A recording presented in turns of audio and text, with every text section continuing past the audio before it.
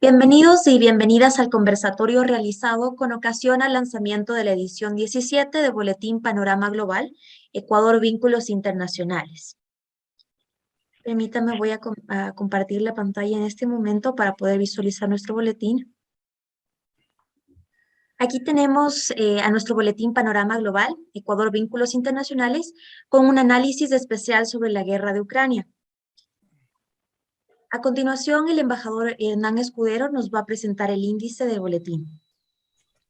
Sí, muchas gracias. Simplemente quería hacerles notar que el conversatorio que vamos a tener hoy gira en torno al tema central del Boletín Panorama Global, edición 17, que todos ustedes ya lo conocen, hemos creído conveniente ahondar o determinar aspectos adicionales a los temas que se tratan fundamentalmente en la relación comercial internacional del Ecuador con algunos socios importantes, entre los que están Estados Unidos y China, por mencionar dos de autores que nos acompañan ahora en esta reunión, Francisco Rivadeneira y José Franco. También quisiera mencionar que tenemos, a propósito de las relaciones comerciales internacionales, también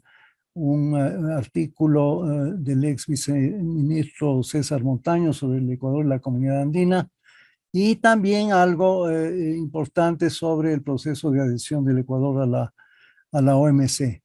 Dicho esto, María Emilia va a hacer rápidamente una descripción de las secciones de nuestra publicación Panorama Global, y luego iniciaré yo con algunas palabras de este conversatorio. Adelante, María Emilia. Muchas gracias, embajador. Bueno, en primer lugar, nosotros en el boletín tenemos un índice, claramente, una presentación que es realizada por el embajador Hernán Escudero. Contamos con resúmenes en inglés, los denominados abstracts, de cada artículo. Aquí ya empezamos con los artículos propiamente. Aquí podemos ver el artículo del exministro de Comercio Exterior, Francisco Rivadeneira, que nos habló sobre las relaciones Ecuador-Estados Unidos.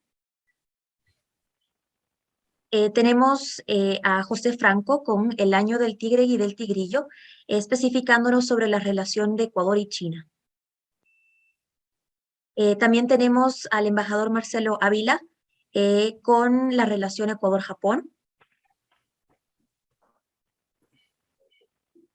Como nos comentó el embajador Hernán Escudero, tenemos al embajador César Montaño Huerta, que nos dio una presentación sobre la relación del Ecuador con la comunidad andina. Aparte de los artículos, nosotros siempre hacemos una sección de documento histórico. En este caso, el embajador Roberto Betancourt nos pudo hablar sobre la Organización Mundial de Comercio, ya que él fue un negociador de la adhesión de Ecuador a la OMC.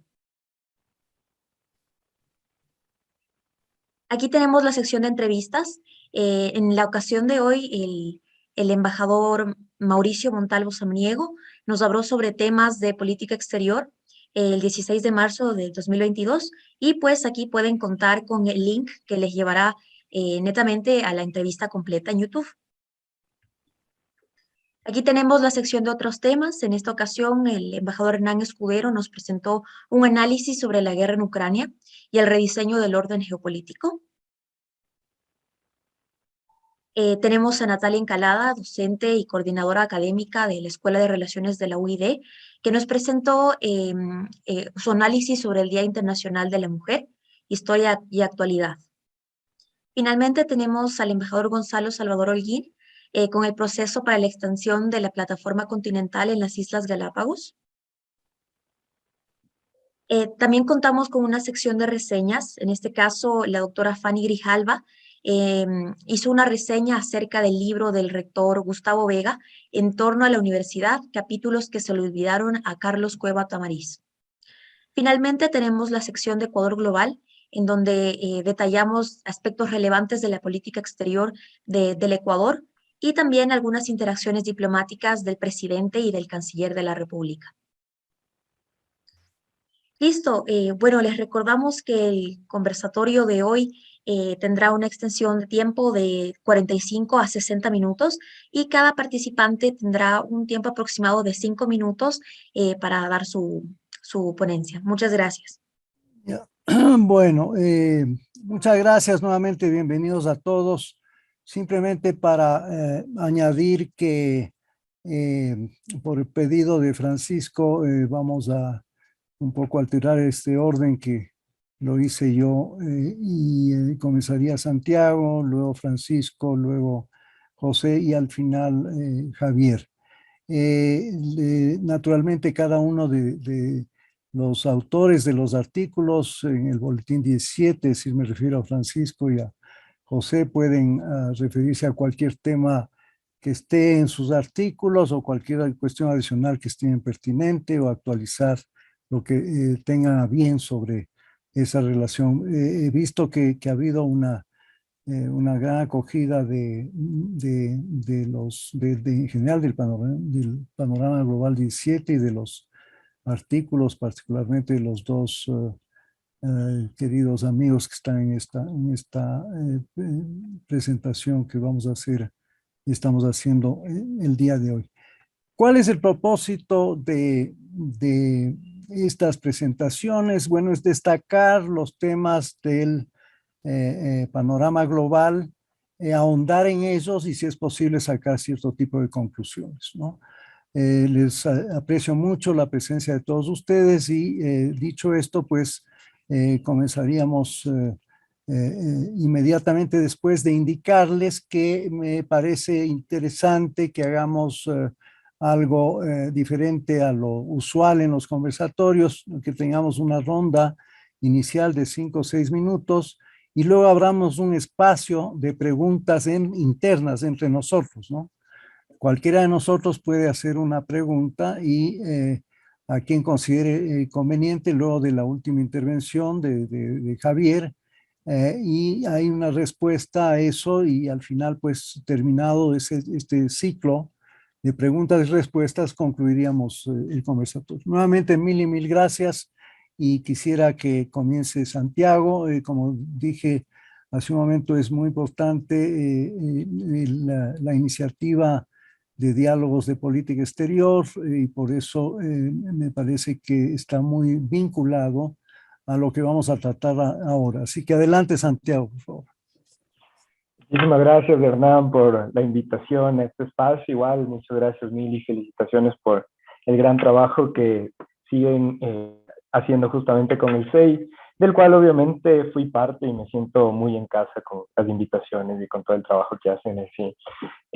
Gracias también por invitarnos a comentar sobre bueno, los diálogos de política exterior y el Foro Permanente de Política Exterior. Esta fue una iniciativa que nació a partir de una reunión que tuvimos varios académicos de relaciones internacionales de varias universidades con varios sectores de la sociedad civil y del gobierno en una especie de mesa informal en el que tratamos una serie de temas en sí, tratado de libre comercio, la situación de la política exterior del Ecuador, un poco hablamos del sistema global, etcétera. Y nos dimos cuenta que todos manteníamos ciertas preocupaciones sobre varios temas políticos, económicos, comerciales, algo que obviamente desde otros sectores, desde otros foros, en otros ámbitos también se los mantiene. No obstante, los particular justamente de este foro, bueno, de estas reuniones, era que era netamente motivado y generado por profesores. También es producto de cómo se ha ido desarrollando el campo de relaciones internacionales en el sentido académico.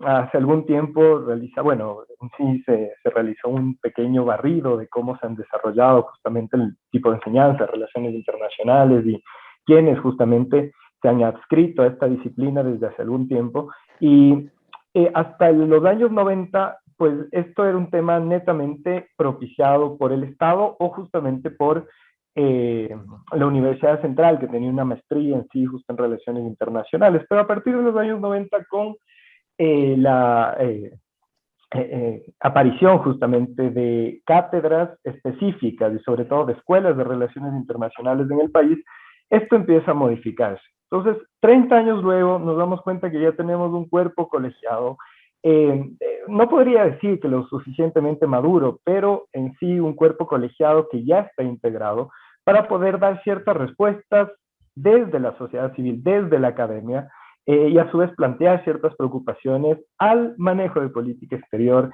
en sí en términos generales, ¿correcto? Y esto es de suma importancia porque en las democracias en sí, en todo el mundo, esto es algo natural y general. En ese sentido y con estos dos preámbulos, a partir de esta reunión planteamos una serie de preocupaciones que las trasladamos a un documento de dominio público que les hicimos llegar a las autoridades, que les hicimos llegar a varios grupos de la sociedad civil en sí y que tuvo bastante acogida que varios medios empezaron a replicarlo y empezamos obviamente a dar cuenta, más allá que una crítica al gobierno, sino a la necesidad de tener estos espacios desde la academia, los cuales los hemos ido olvidando por varias razones que, bueno, no tenemos tiempo en sí para poder explayarnos sobre ese tema. Y a partir de eso se genera el primer diálogo de política exterior que tuvimos, bueno, el privilegio de tenerlo en la UID como sede. Obviamente este es el primero de varios diálogos que se están realizando. De hecho, el día de ayer iba a ser el día de hoy iba a ser el segundo diálogo por la mañana, pero por los temas que estamos viviendo de conmoción social en el país en sí,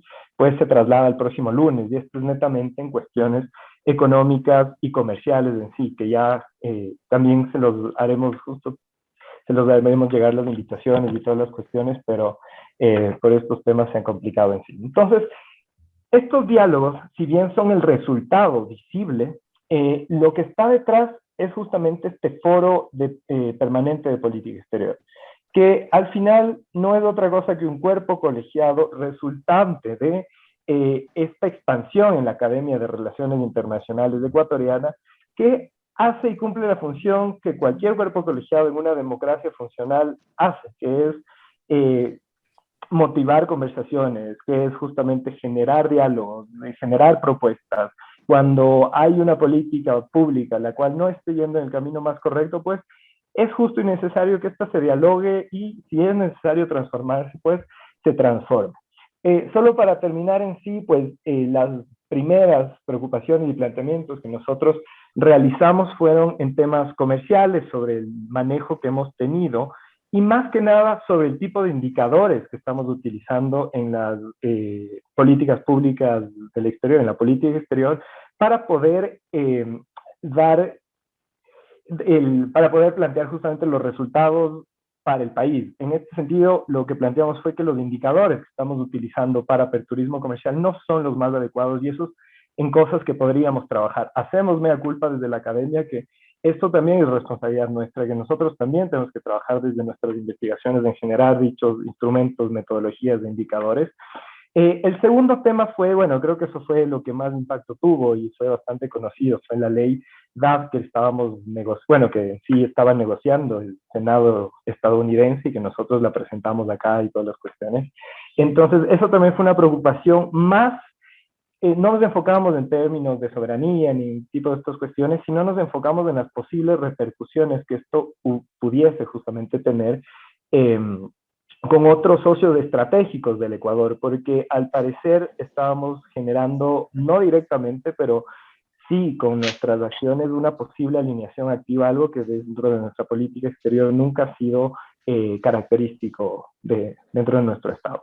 Y el último tema fue justo lo que se acaba de culminar, fue el tema migratorio sobre que se habló justo en la Cumbre de las Américas. Entonces, a partir justamente de estos nuevos movimientos y de los posibles desafíos que se vienen con estos movimientos migratorios, pues, ¿cuál va a ser en sí la posición del Ecuador? Entonces, a partir de estos tres temas generamos los primeros diálogos y a partir de estos diálogos, pues, vamos siempre a estar conectados y haciendo nuestra parte dentro de esta democracia para construir de mejor forma justamente las vías a donde tiene que ir el país. Siempre bienvenidos. El foro, si bien es un grupo colegiado netamente de académicos de relaciones internacionales, los diálogos siempre van a ser abiertos a todos los miembros interesados en generar su aporte desde la sociedad civil, desde la academia, desde sus propios lugares, ya sea gubernamentales o en este caso desde entes privados, porque siempre es necesario conversar este tipo de cuestiones que nos afectan a todos. Entonces,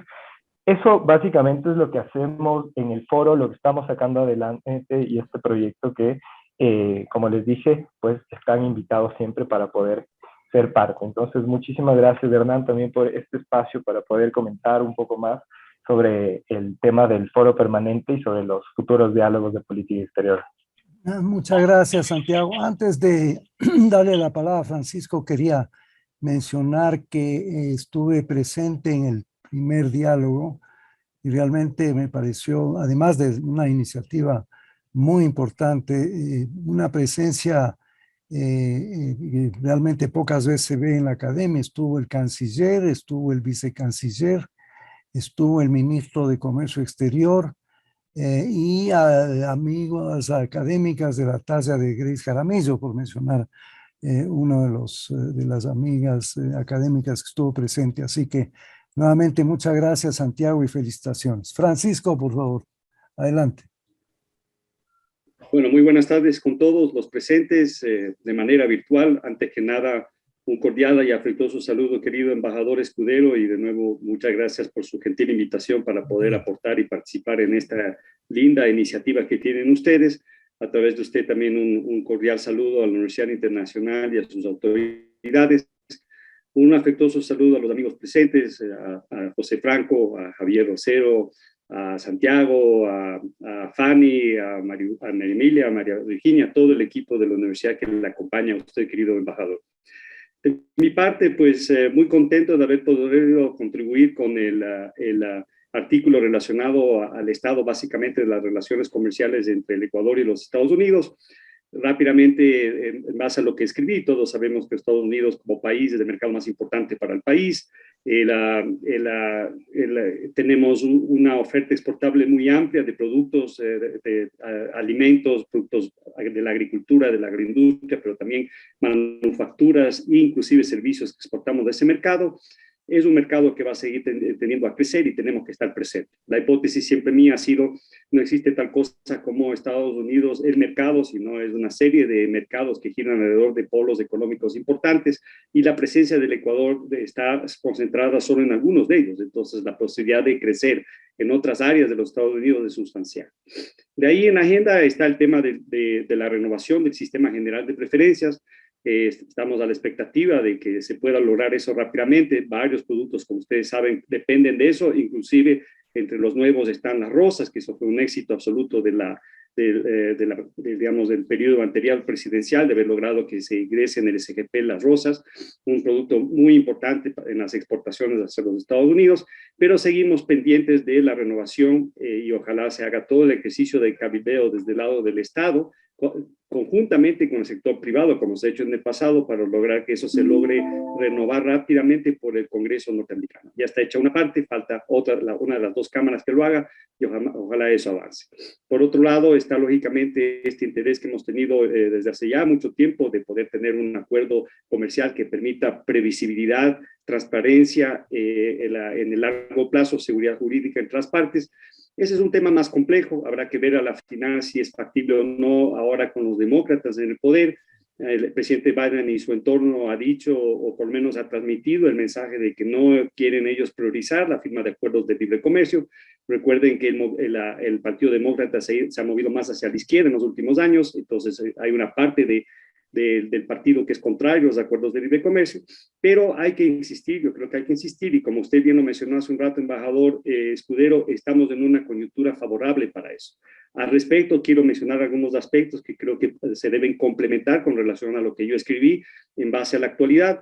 Primero está lo que Santiago mencionó de alguna manera, que es esta iniciativa que venía desde la época del presidente Trump y de los republicanos, para acercar más al Ecuador a los Estados Unidos por algunos congresistas norteamericanos presentes en el Congreso, interesante, ha tenido cabida, ha tenido espacio a pesar del cambio de gobierno, y ahora vemos que esta idea de fortalecer la relación con el Ecuador y en general con América Latina va ganando espacio en Washington por parte de los demócratas. Esto lo hemos visto claramente ahora en la Cumbre de las Américas, donde el Ecuador ha tenido un rol protagónico entre los países presentes y en particular el presidente Lasso con una cercanía muy grande con el presidente Biden. Y esto hay que aprovecharlo definitivamente en las próximas semanas y meses para ver la posibilidad de avanzar en un acuerdo comercial o en algún otro tipo de acuerdo que pueda beneficiar y permitir que por lo menos el restante de productos de la oferta exportable actual del Ecuador que tienen potencial y que no entran por nación más favorecida o por SGP puedan entrar con una preferencia arancelaria mayor o, ¿por qué no, con cero arancel? Y por otro lado, promover y aumentar la inversión extranjera americana, que siempre ha sido muy importante, ha sido durante mucho tiempo la más importante, pero que en los últimos años ha perdido la primera posición, dándole el espacio más bien a México, que ha pasado a ser la principal. Por otro lado, también hay que recordar que estamos en una situación privilegiada porque debido a la pandemia, a la crisis del transporte internacional, de la logística internacional, de las grandes cadenas de valor internacionales, hay una tendencia clara, estratégica por parte de los Estados Unidos de querer mover por lo menos parte de su estructura productiva en el extranjero del Asia y particularmente de la China hacia la región, el famoso nearshoring. Y esto es fundamental. Debemos absolutamente aprovechar esta coyuntura para que el Ecuador se inserte, como ya lo está haciendo de manera proactiva, por ejemplo, México, se inserte en esta iniciativa y que nosotros podamos tener aquí, aprovechando que el Ecuador es un hub logístico multimodal per se, con una infraestructura aérea, la vial terrestre y marítima de primer nivel, que vengan y se instalen aquí en las nuevas zonas francas o en las sedes, muchas empresas americanas para producir para el mercado americano y canadiense. Finalmente, también recordarles que en estos últimos días hemos logrado entrar al Consejo de Seguridad y eso es importantísimo porque nos da un leverage, una capacidad de poder negociar con los Estados Unidos y el resto de actores con los cuales tenemos, digamos, una relación fluida e importante en el comercio internacional y nos va a poder permitir justamente jugar ese juego con los grandes y debemos aprovechar esa posición, a mi opinión, para poder sacarle provecho no solo a los Estados Unidos de los intereses que el Ecuador tiene, que son también cercanos a los Estados Unidos. Recordemos que Estados Unidos está preocupado, como se lo mencionó hace un rato, Santiago lo mencionó, el tema de la migración y hay un problema de migración en el Ecuador, tienen que apoyarnos por eso, pero también el problema del fortalecimiento de las corporaciones transnacionales dedicadas al crimen internacional, el narcotráfico, etcétera, que los Estados Unidos necesitan tener una posición más cerca. Ahí estaba oyendo recientemente la posibilidad de pensar en un plan similar al que tiene Colombia con Estados Unidos, que implica un movimiento importante de dinero. Ese dinero puede en parte ir justamente al desarrollo productivo para evitar justamente producción de drogas aquí en el país y más bien fomentar un comercio transparente, legal con los Estados Unidos y el resto del mundo. Entonces, aprovechemos también la presencia del Ecuador en el Consejo de Seguridad para este objetivo y recojo lo que decía Santiago, comparto totalmente su visión. El Ecuador, por ser un país pequeño en términos relativos a nivel internacional, debe mantener una política exterior equilibrada, no tener todos los huevos en una sola canasta, no solo en lo político per se y en lo geopolítico, sino también en lo comercial y económico, y por eso debemos aprovechar estas circunstancias donde tenemos mayor influencia y fuerza para lograr mantener ese equilibrio y sacar mayor provecho a todas nuestras contrapartes. Eso sería de mi parte, querido embajador y queridos amigos, y voy a tener que disculparme, pero tengo que retirarme. Francisco, muchísimas gracias, pero una sola pregunta, ¿no? Justamente porque se tiene que retirar. Comenzamos a negociar con Perú y Colombia, ¿no es cierto? Hace algunos años. El Ecuador se salió. No entremos a por qué salió, creo que sabemos todos por qué salió. ¿Cuál sería los pros y contras de negociar bilateralmente lo que no pudimos hacerlo conjuntamente con Colombia y Perú? Bueno, embajador, cuando uno recurre a la teoría de la negociación, todos sabemos perfectamente que las ventajas de negociar conjuntamente con otros países es que se reduce la heterogeneidad entre los Estados Unidos y nosotros. Esa era la ventaja de negociar con Colombia, con Perú e inclusive Bolivia, que estuvo supuestamente, al menos al inicio, interesado. la parte negativa de eso, que yo lo viví, porque yo fui parte del equipo negociador del Estado, del gobierno en aquel entonces, de las mesas de reglas de origen y los temas de facilitación aduanera, es que a la final la negociación, no hablamos, cuando hay este proceso no hay una negociación, son dos negociaciones. Primero teníamos que negociar internamente con los colombianos y peruanos, que no necesariamente tenían los mismos intereses, para a la final llegar a un acuerdo general, transversal entre los tres, para poder ir conjuntamente a plantear una propuesta a los Estados Unidos. Y eso a veces implica tener que sacrificar a ese primer nivel un poco los intereses del Ecuador.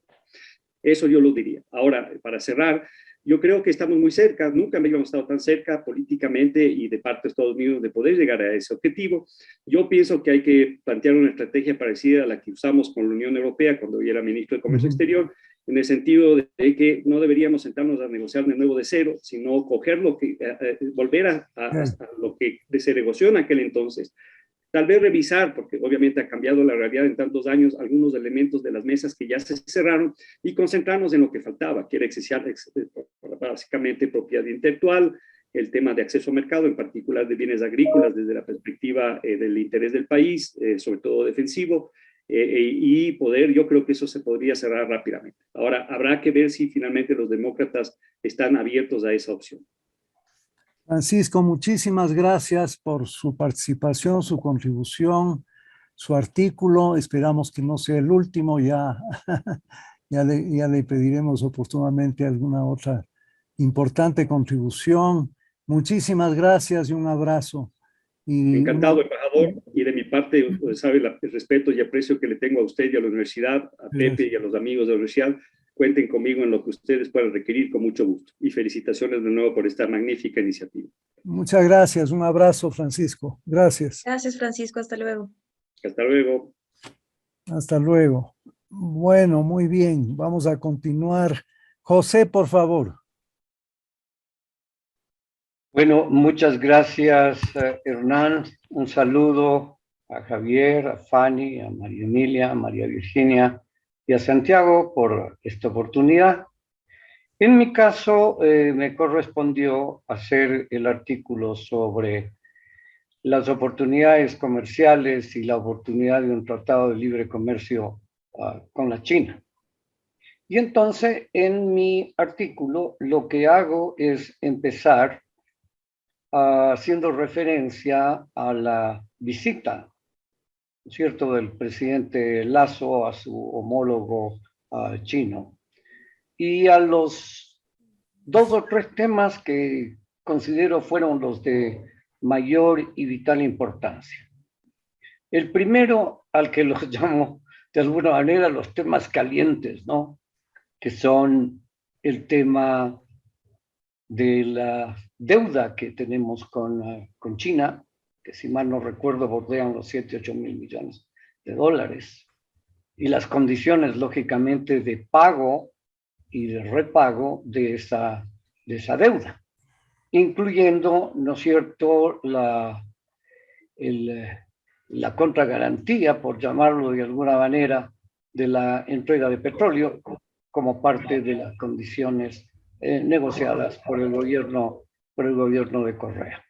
El segundo tema, de temas calientes, ¿no es cierto?, el tema de algunos proyectos de infraestructura que tuvieron serias dificultades en la parte técnica. Como ejemplo, nada más, porque no es solo el único, el tema de Coca-Cola Sinclair. Y el tercero es ya el relacionado con el acuerdo un tratado de libre comercio con la China. Y lo que hago es, en el artículo, un análisis de las oportunidades y de las amenazas que un acuerdo comercial de esta naturaleza llevaría consigo. Partiendo desde el principio, ¿no es cierto?, de las asimetrías que existen entre Ecuador y China, y también las sensibilidades que podrían haber en varios sectores de la economía ecuatoriana. Y entonces la necesidad, lógicamente con la experiencia que tiene Cancillería y el Ministerio de la Producción, de equilibrar, ¿no es cierto?, lo que será la negociación a través de las mesas correspondientes, pero particularmente la mesa de acceso a mercados. Y bueno, hago ese análisis desde la perspectiva, más bien desde la experiencia también personal mía en la negociación de otros tratados como parte del Cuarto de Alaba. Y el tema que realmente nos preocupa es que, y esta es la verdad, objetivamente hablando, en todo tipo de acuerdo comercial siempre habrán, ¿no es cierto?, sectores ganadores y habrán sectores perdedores. Y planteo la necesidad de que junto con el acuerdo comercial, ¿no es cierto?, un análisis de la competitividad que tendríamos frente a China y otros países en los acuerdos comerciales, ya que en la agenda están como 10 acuerdos comerciales. Y lo que digo es, y en esto concordado con el artículo que me hizo llegar Santiago, es no podemos descuidar en una negociación, y no se diga con China, ¿no es cierto?, el tema del Plan Nacional de Competitividad y el plan de fomento a la industrialización y al fomento de las exportaciones. O sea, tienen que ir de la mano. ¿Por qué razón? Porque los acuerdos de libre comercio, en general es lo que estamos firmando, ¿no es cierto?, no son un objetivo en sí mismo. Por el contrario, son un medio para llegar, ¿no es cierto?, con mayores facilidades a un mercado determinado. Pero entendiendo que exclusivamente los acuerdos no nos garantizan que Ecuador pueda vender más si es que primero no solucionamos algunos temas de competitividad y que están muy bien expresados en el índice global de competitividad del World Economic Forum. Es decir, ahí todavía seguimos, del último reporte que yo alcancé a ver, que creo que es del 2020, seguimos a la saga en muchos aspectos. Y ese podría ser, ¿no es cierto?, la guía, la brújula que nos sirva para saber por dónde debemos ir avanzando y complementariamente, ¿no es cierto?, hacer la firma de estos tratados de libre comercio. Eso es lo que analicé y finalmente lo que hice es un comparativo de las relaciones ya de comercio, IMPO-EXPO, con la China. Y referido a los últimos 5 años y particularmente a los últimos años 2020 y 2021.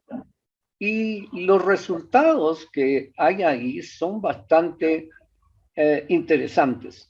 Luego de que, diría yo, hace 10 años, ¿no es cierto?, la relación comercial con la China era bastante deficitaria para Ecuador. Teníamos una balanza comercial totalmente deficitaria con China. Estábamos adquiriendo por vía importaciones sobre los 3.000, 4.000 millones de dólares, mientras que exportábamos, ¿no es cierto?, como 400, 500 millones de dólares. Pero esto ha cambiado, y ha cambiado para bien. Sin embargo, que se mantiene, ¿no es cierto?, el déficit comercial. Sin embargo, hay una oferta exportable que está llegando con mayor fuerza al mercado de la China. Y debo referirme, por ejemplo, al tema del camarón, que es el principal producto de exportación de Ecuador a China, que se acordarán ustedes, Javier, Santiago, y bueno, Francisco que ya no está, lo estábamos haciendo vía Vietnam. O sea, estábamos enviando camarón a través de Vietnam por alguna relación de algún acuerdo entre China y Vietnam, y el camarón ecuatoriano entraba por allí. Pero hoy hemos logrado, ¿no es cierto?, exportar directamente a a la China y es el principal producto de exportación. Pero hay otros que son nuevos. Por ejemplo, el tema de madera industrial. No estoy hablando de madera cerrada, sino tableros, contrachapados, aglomerados, OSB y también algo teca y también balsa. Y entonces ese es un producto que tuvo, al menos en el año 2020, un impulso bastante importante, aunque al año siguiente en volumen tuvo un bajón. Y otro producto que me llamó la atención del análisis que hice del boletín de Javier de FedExport es el tema de alimentos para animales, ¿no es cierto? Y entonces son 3 productos que en la canasta de la oferta exportable ecuatoriana pues no estuvieron en los años anteriores.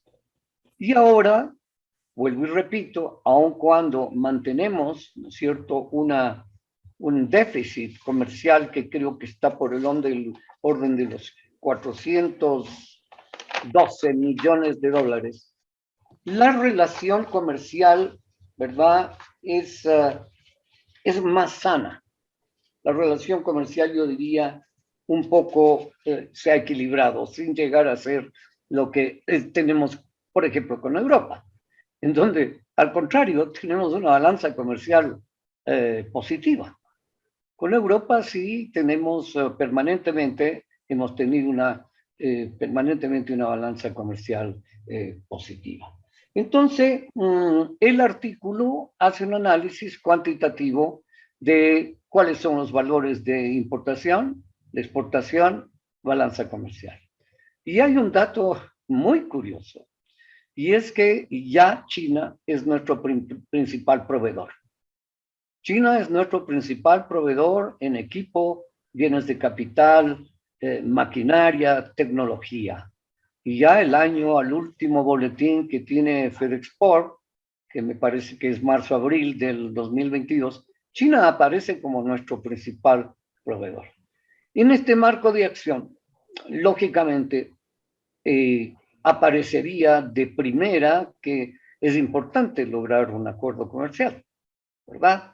Sin embargo, el análisis que deberíamos hacer la academia, el sector privado y el sector público y el gobierno, es definir exactamente, ¿no es cierto?, cuáles son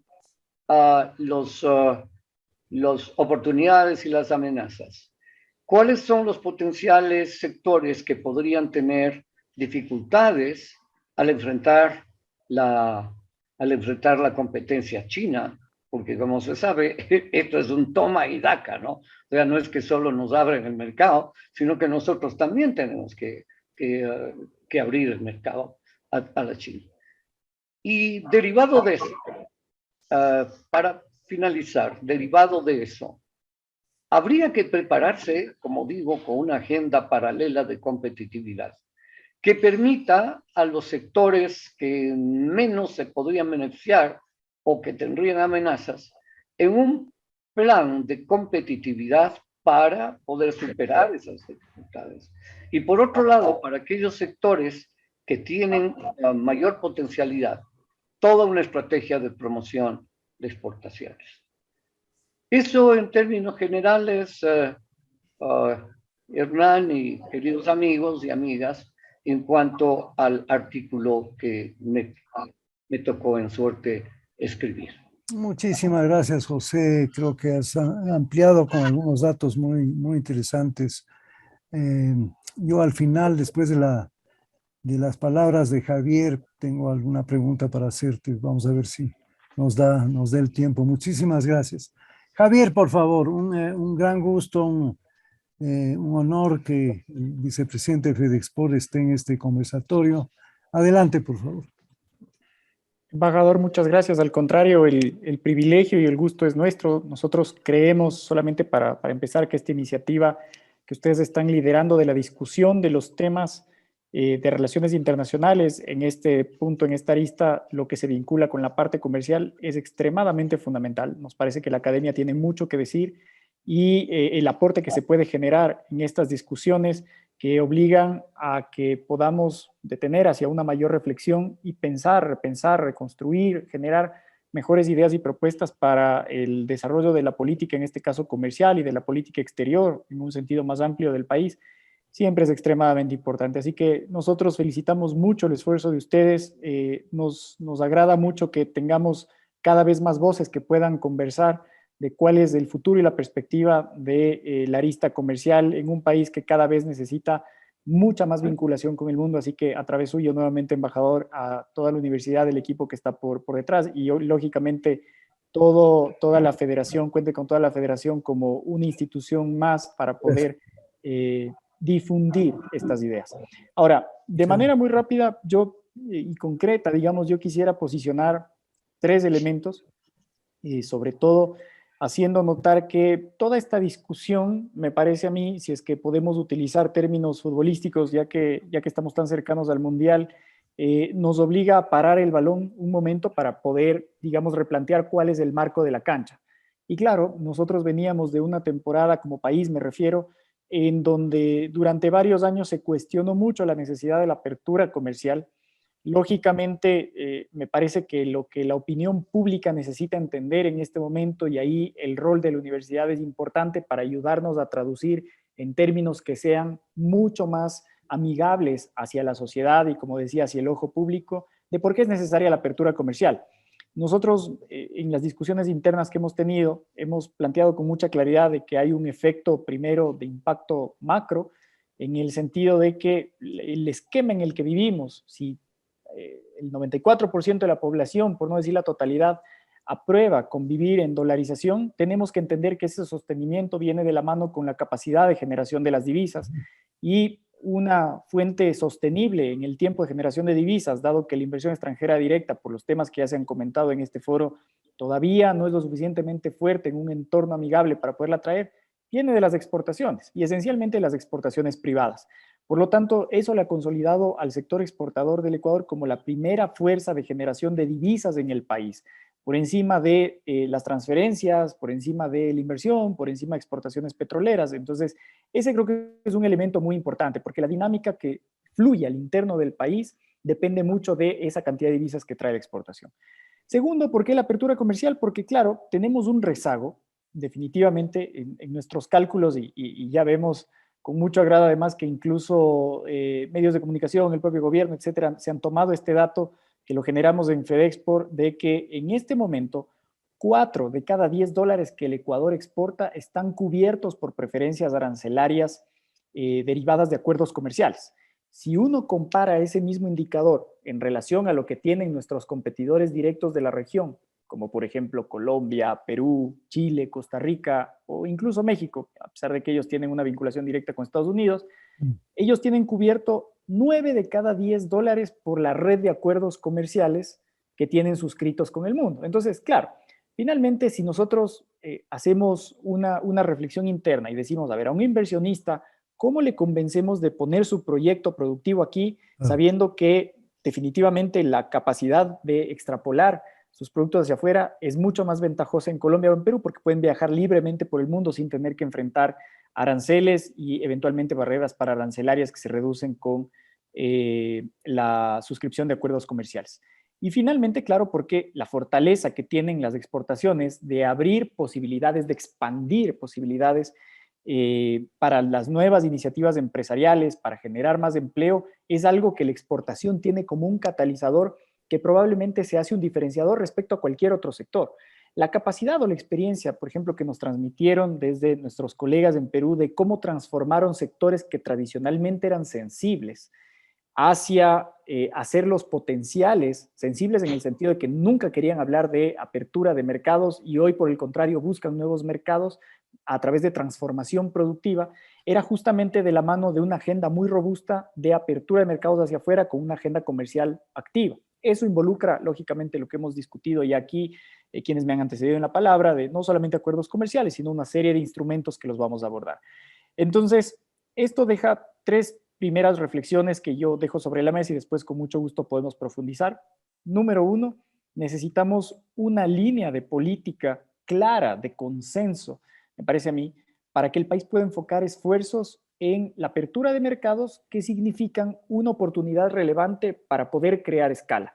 Tenemos que ser conscientes de que en un mercado de 17 millones de habitantes es imposible, es impensable que podamos generar previsibilidad para un proyecto de largo alcance porque nuestro mercado es extremadamente pequeño. Es decir, nosotros debemos siempre tener una mira de que cada nuevo emprendimiento que surge en el Ecuador debe tener en el mediano o largo plazo, aunque sea, la visión de poderse internacionalizar. Entonces, hacia allá es donde deben caminar las oportunidades.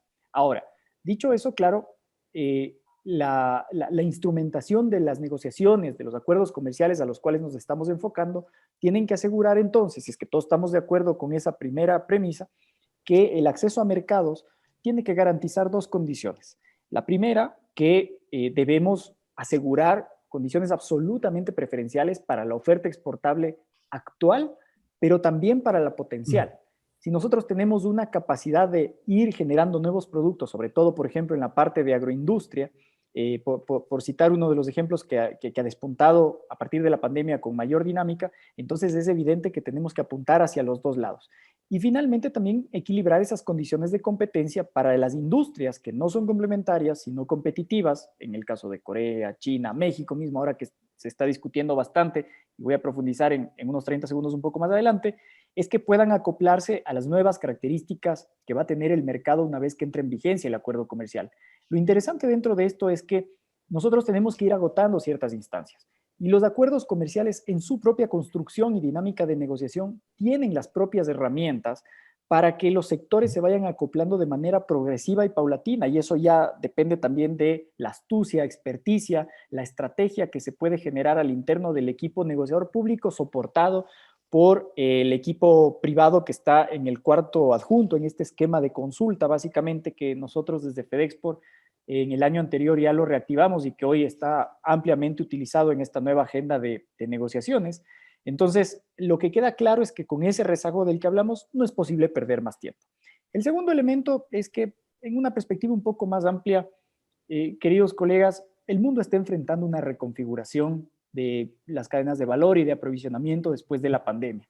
Es evidente que todas las secuelas que estamos viviendo en términos de costos, en términos de que, por ejemplo, antes los grandes centros de consumo tenían vínculos directos de aprovisionamiento entre ellos y quizás en una relación un poco más rezagada entraba en mercados emergentes o mercados en desarrollo como el nuestro, pero hoy por hoy, considerando cómo está el contexto global de la logística, los costos, la inflación en general, están regresando a ver esos grandes centros de consumo a cuáles son los elementos, los productos de los que se podrían aprovisionar de economías como las nuestras. Entonces, en esa reconfiguración surge una oportunidad y ciertamente ahí esto significa que incluso los perfiles de los consumidores han cambiado. No podemos establecer una agenda comercial sin entender que si ese perfil de consumidor cambió, nuestra perspectiva debe irse adaptando hacia eso para buscar esas condiciones preferenciales hacia esas nuevas características. Y claro, eso significa trazar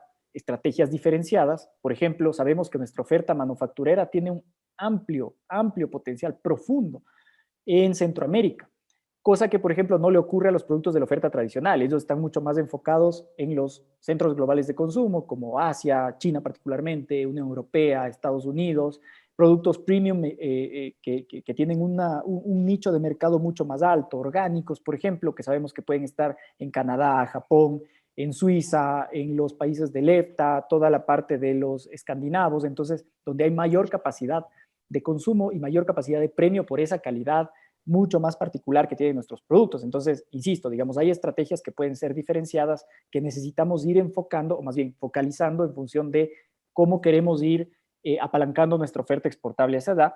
Y claro, los acuerdos, lo decía José con mucha claridad, son instrumentos efectivamente, y todo depende de la capacidad que tenemos de aprovecharlos. Y por eso, el último punto que quiero trazar es este que en alguna medida ya lo dejó en discusión José, a través de la agenda interna que se necesita para que los sectores puedan apalancar esa competitividad que se necesita no solamente desde el punto de vista defensivo de las industrias. Es decir, tradicionalmente se había considerado, había una discusión aquí de que solamente las industrias que compiten con aquellas que vienen derivadas de un acuerdo comercial son las que necesitan una inyección de competitividad. Nos hemos dado cuenta en la práctica que nuestra estructura de costos es tan rígida que en este contexto de reconfiguración mundial también la oferta exportable necesita esa inyección de competitividad, porque caso contrario, tenemos una política monetaria rígida, una política laboral rígida, financiera rígida, con tanta rigidez de mercados, no estamos aprovechando el hecho de que podemos apalancarnos en una moneda dura, que debería ser una ventaja para nosotros. Y sobre lo cual nuestras empresas exportadoras ya están acostumbradas a competir en una moneda dura.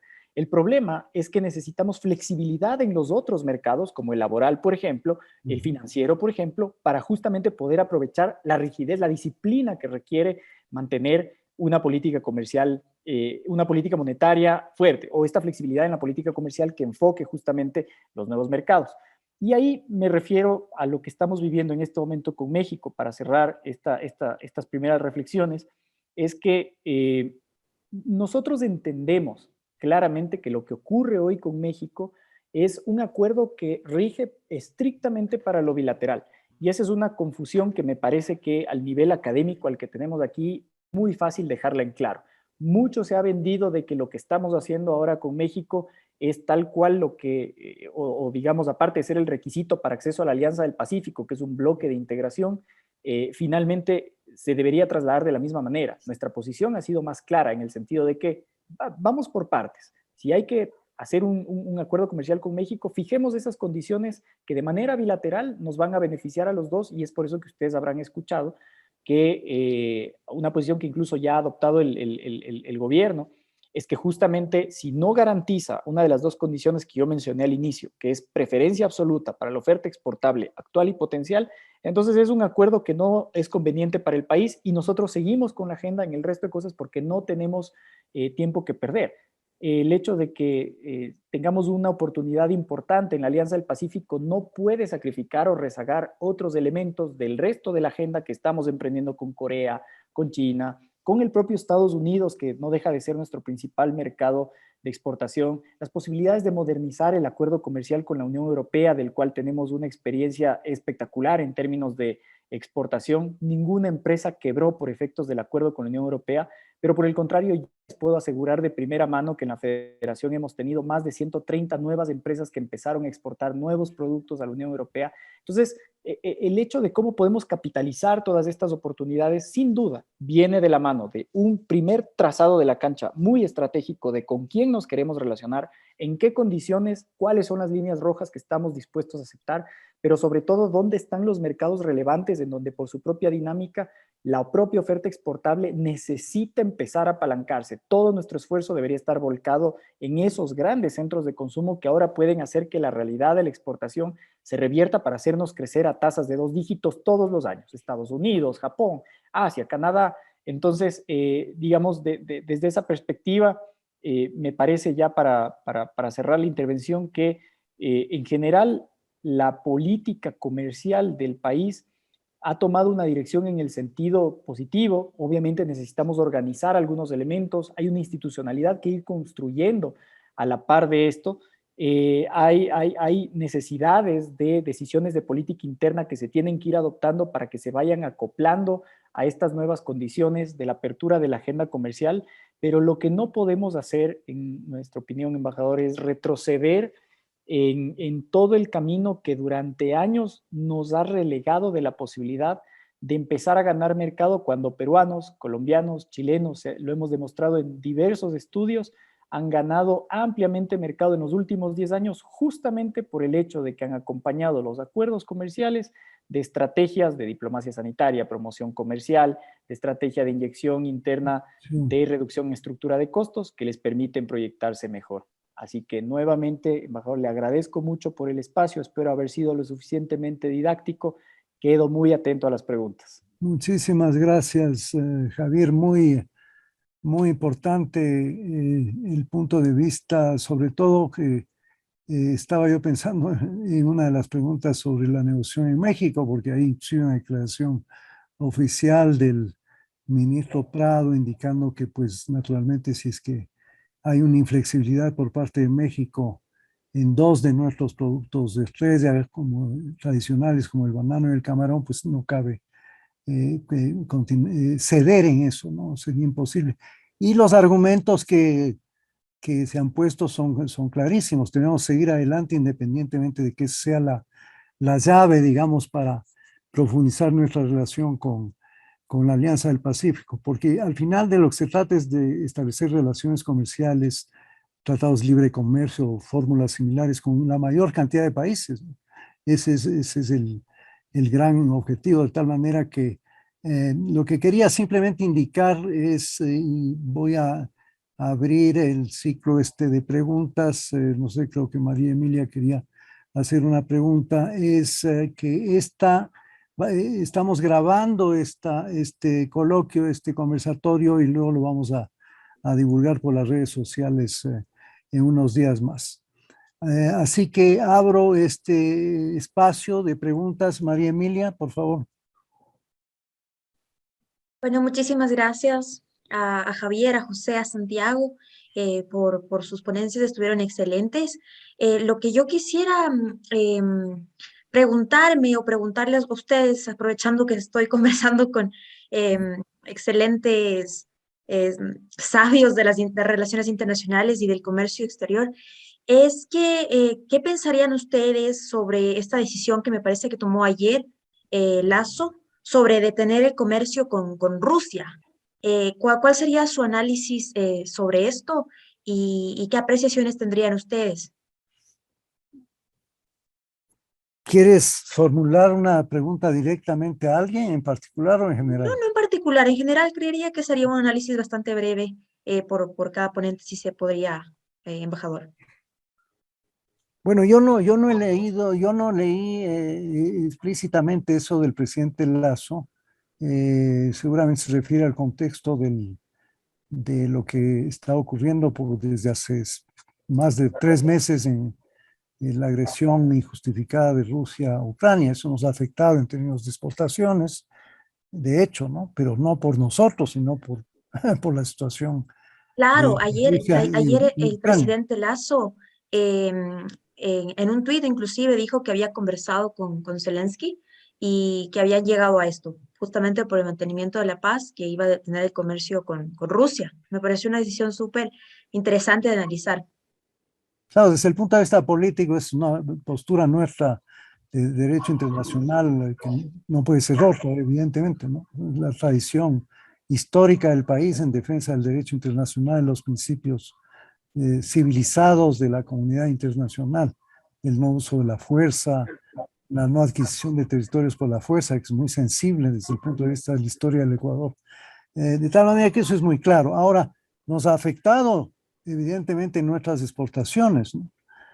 Con Rusia. Ahora, yo diría más bien de tu pregunta, otra pregunta, ¿no? ¿Cuándo se podrá reabrir la relación comercial con Rusia, que sí, de hecho, nos ha afectado? Porque tengo entendido que la propuesta no era solo Rusia, sino el bloque euroasiático, ¿no? Que incluye Bielorrusia y Kazajistán, me parece algún otro país de la esfera rusa.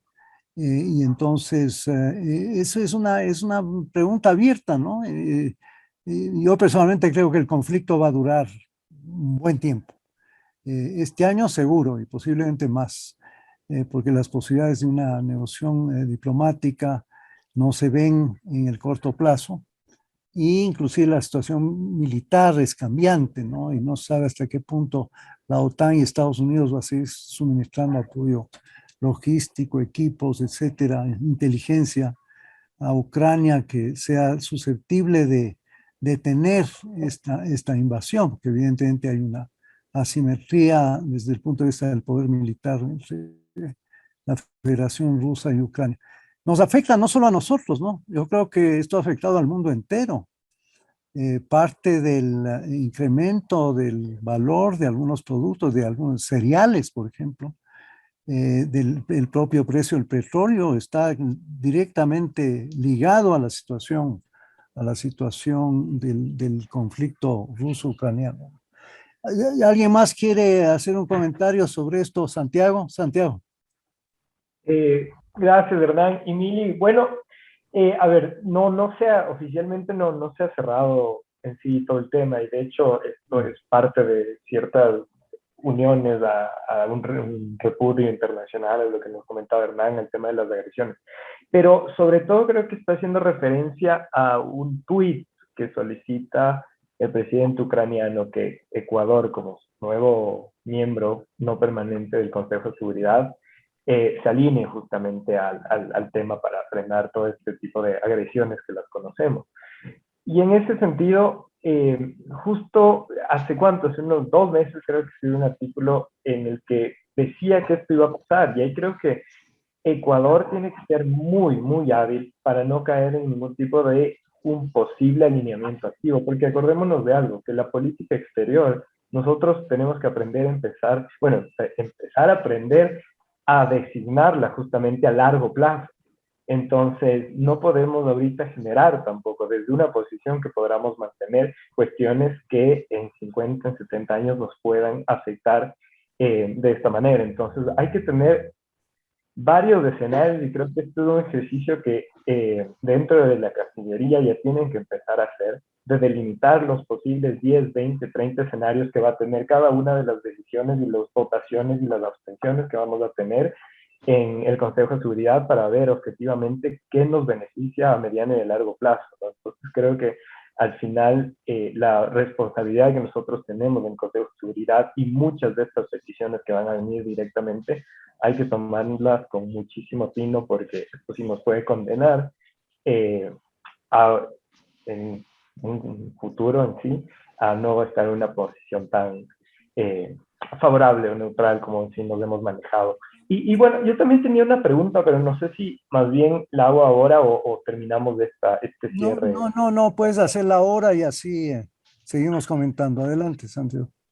Perfecto. Y Javier, la posición que nos comentaste sobre las negociaciones con México me parecen muy objetivas y muy coherentes con los intereses del Estado, en el sentido de que es cierto, o sea, si realmente no tenemos unas condiciones favorables para nosotros, pues en sí por cuestiones políticas en sí no podríamos cerrar el acuerdo, y si esto tiene que demorarse, pues me parece lo correcto. Creo que esa es la postura que tuvimos que haberla mantenido desde un inicio, y me parece correcto que ahora la tengamos. Ahora bien, siempre lo político no podríamos desligarlo con lo económico, y cuando nosotros hacemos el análisis del plan de gobierno por el cual democráticamente votamos los ecuatorianos, en el tema y en la sección de política exterior es clarísimo que el objetivo es entrar a Alianza Pacífico.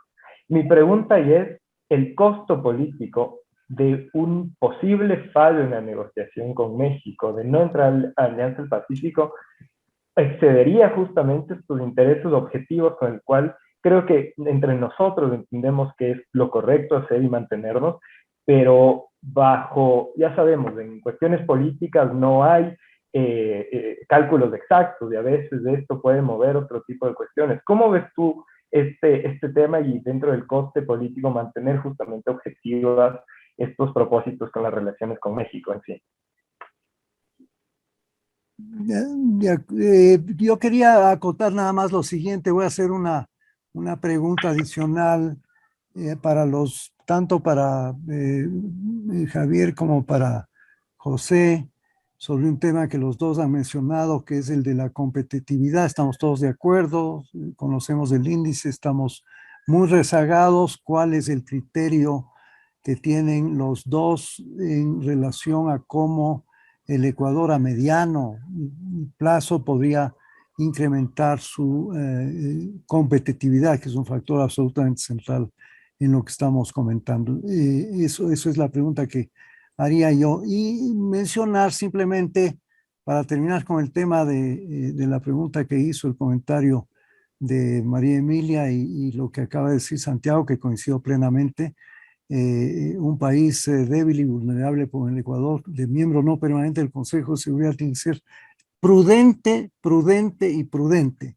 No puede, porque de hecho no puede estar sujeto a las presiones de las grandes potencias. Y me refiero a los 5 miembros permanentes del Consejo, obviamente, a todos ellos, no a uno en particular. Hay un ejemplo histórico que en ese momento recuerdo, cuando la intervención de los Estados Unidos con el apoyo del Reino Unido a Irak, la intervención segunda que fue ilegal, porque no hubo una aprobación del Consejo de Seguridad. Eran miembros no permanentes por América Latina, Brasil y Chile. Era presidente de Brasil Fernando Henrique Cardoso, y de Chile no recuerdo este momento, pero la presión que ejerció los Estados Unidos sobre esos dos países fue impresionante, inclusive al extremo de no sanciones, por supuesto, pero sí reducción de cierto tipo de apoyos bilaterales que tenía con esos dos tan importantes países de América Latina. Y los dos países, esto es, tiene escrito Fernando Henrique Cardoso, lo que estoy diciendo, se mantuvieron por principio, porque era ilegal esa intervención, y esperaron, ¿no?, que había una reacción de respuesta de los Estados Unidos. Felizmente esa reacción no fue como había amenazado. Esto fue en la época de George Bush, hijo, donde se produjo la intervención en Irak. Entonces es un ejemplo, ¿no?, que se puede dar, no ese, pero pues cualquier otro en el cual hay un interés de uno de los 5 miembros permanentes, y que va a haber, de hecho, ejercen una presión sobre los países miembros no permanentes del Consejo de Seguridad. Y luego hay otra cosa, los miembros no permanentes del Consejo de Seguridad responden, por supuesto, a cada estado. Nosotros respondemos por el interés nacional ecuatoriano, pero a su vez representamos a América Latina en su conjunto, porque somos representantes de ese grupo regional. Entonces hay que tomar también en consideración eso. Esto nada más entre paréntesis, así que dejo planteada la pregunta sobre la competitividad, tanto a Javier como a José, y por cierto coincido plenamente con lo que el análisis que hizo Javier, y también el que hizo José en relación a su artículo y la vinculación con China. Así que adelante cualquiera de ustedes, por favor.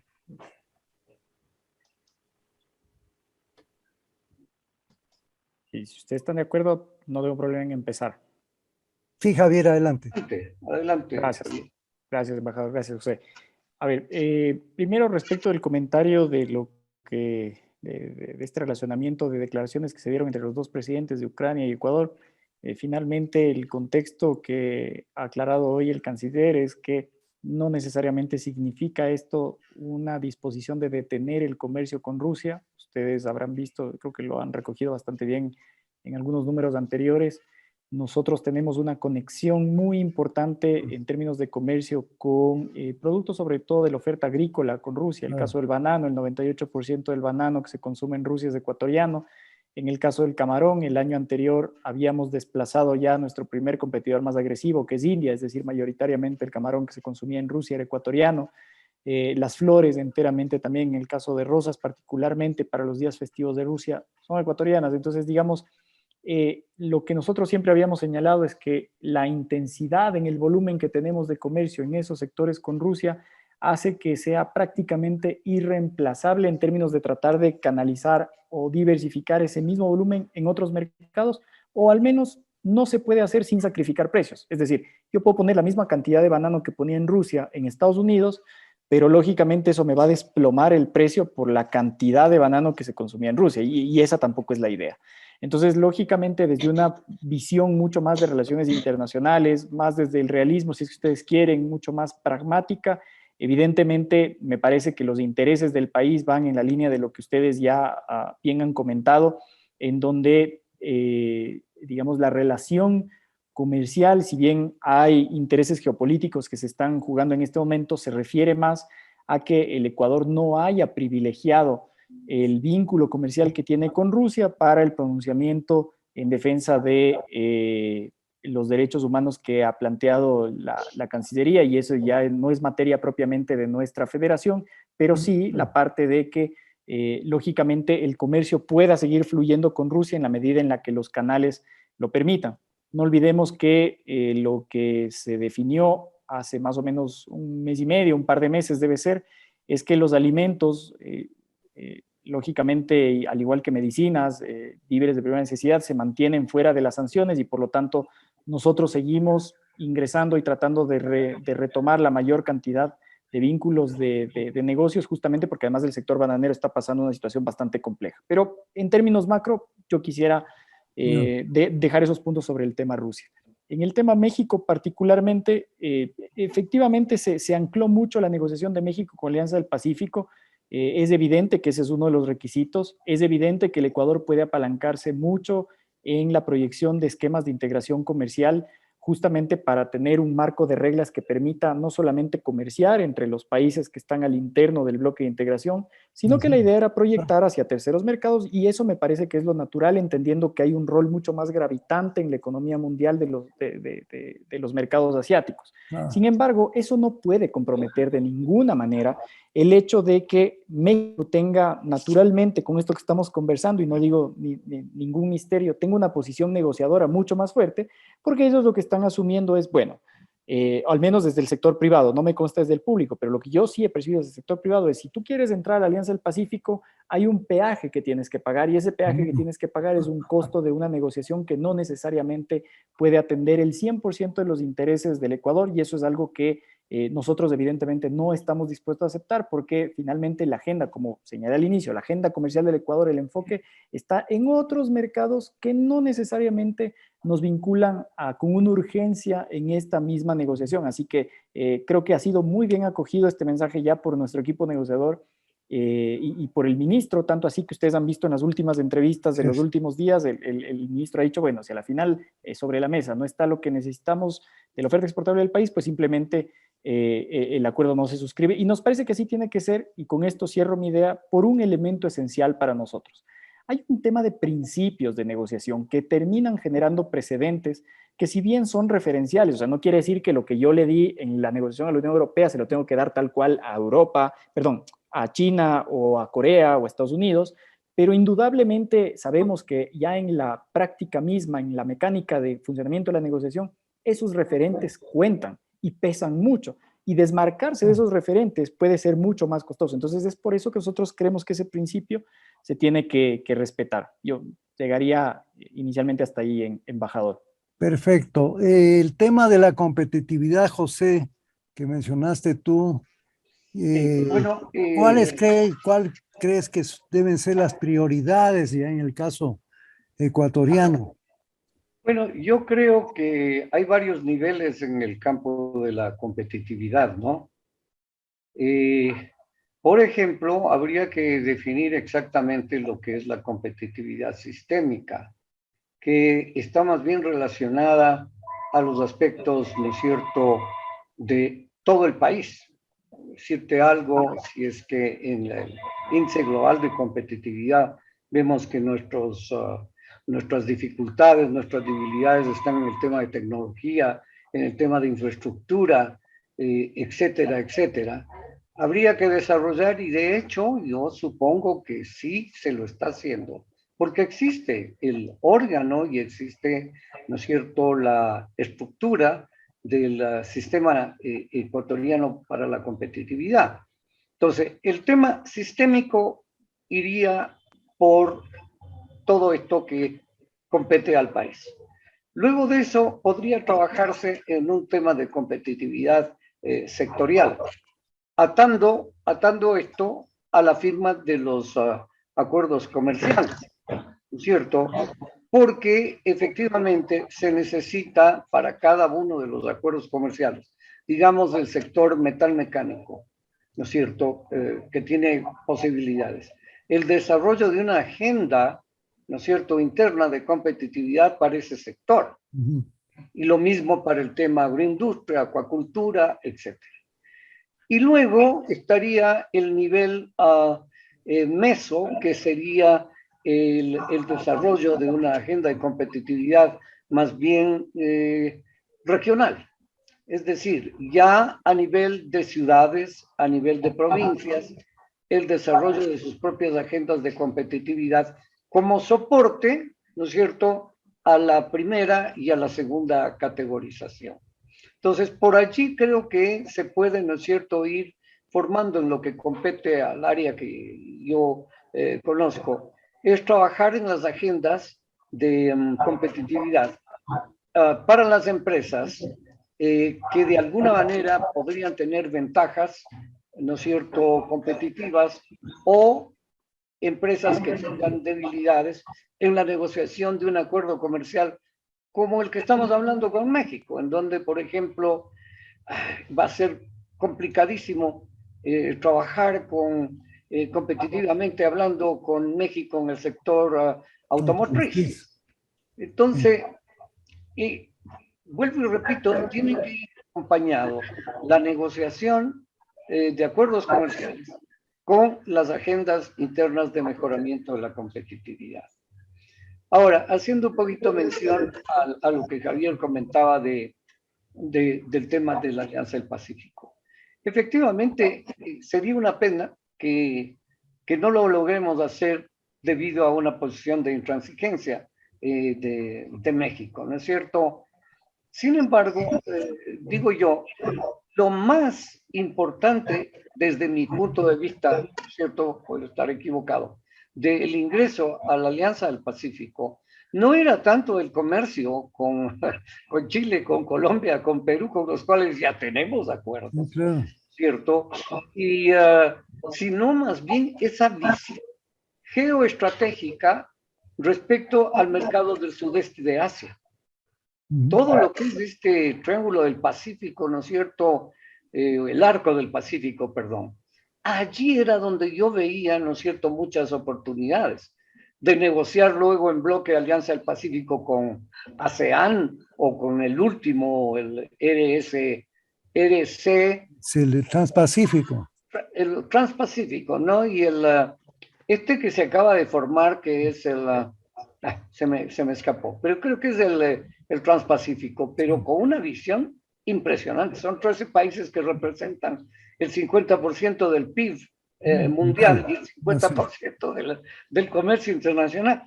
Esa sería la oportunidad que lamentablemente estaríamos perdiendo y que nos correspondería hacerlo vía bilateral, como comenta Javier, en donde las cosas a veces son un poquito más complicadas, pero ni modo, no podemos ceder a México lo que hemos avanzado, ¿no es cierto?, en otros acuerdos comerciales. Seguramente México, con la escuela que tiene de su negociación con Estados Unidos y con Canadá, me supongo que el tema, por ejemplo, de requisitos de origen y requisitos especiales de origen, claro, se habrán puesto muy duros, ¿no? Eso sería el aporte, Hernán.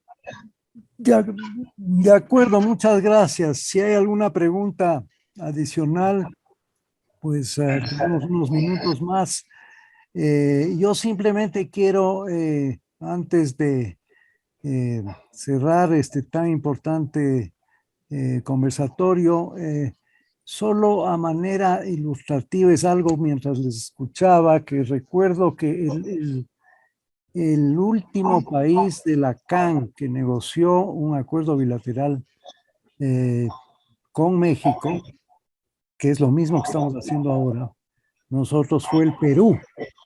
Recuerdo que una ex embajadora del Perú en Quito justamente sirvió en México y vino de embajador aquí al Ecuador.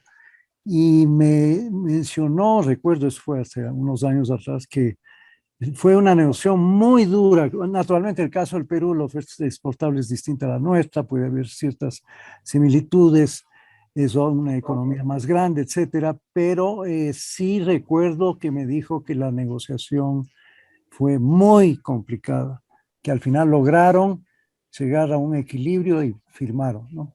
Lo mismo lo ha repetido varias veces mi colega y amigo que ha sido jefe negociador comercial, Roberto Betancourt. Roberto negoció con México hace unos años y lo que acabas de decir, José, es cierto, en el sector automotriz que debe estar muy preocupados en el caso ecuatoriano, es algo que siempre insiste México, ¿no?